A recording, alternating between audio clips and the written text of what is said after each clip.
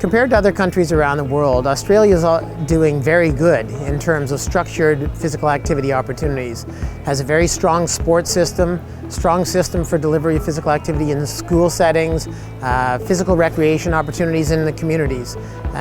Where it seems to perform less well is in the less structured activities, like active transportation and active play.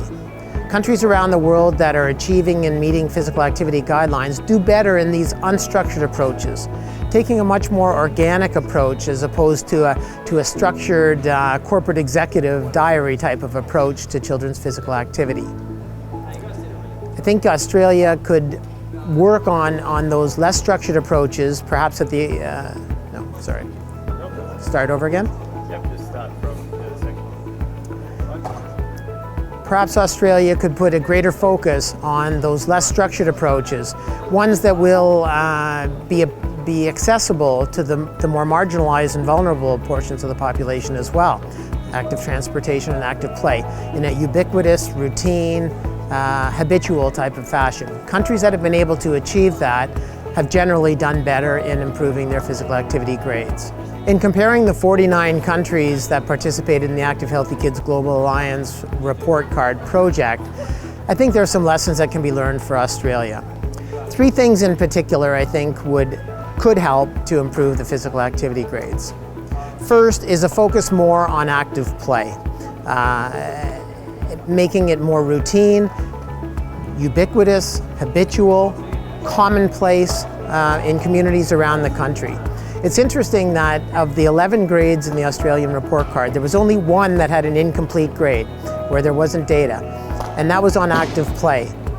It's been said that what gets measured gets done, and active play is not getting measured. So that, I think, is one area to possibly improve upon in Australia. I think a second is to embrace the new 24-hour movement guidelines for children and youth that have been released in Australia. And this helps to expand our horizons, thinking about physical activity from a whole day perspective.